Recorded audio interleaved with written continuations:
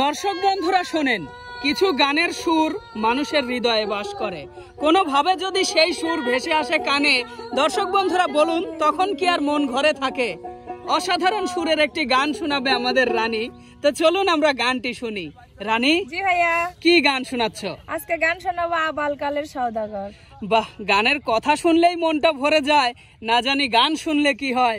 উস্তাদ? হ্যাঁ সাগর, কিছু কিছু গান তো আছেই যা বারবার শুনতেই মন চায়।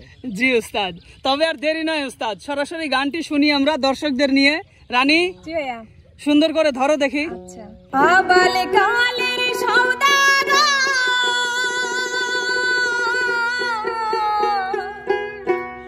না খাওয়াইলা দুধের সর রে,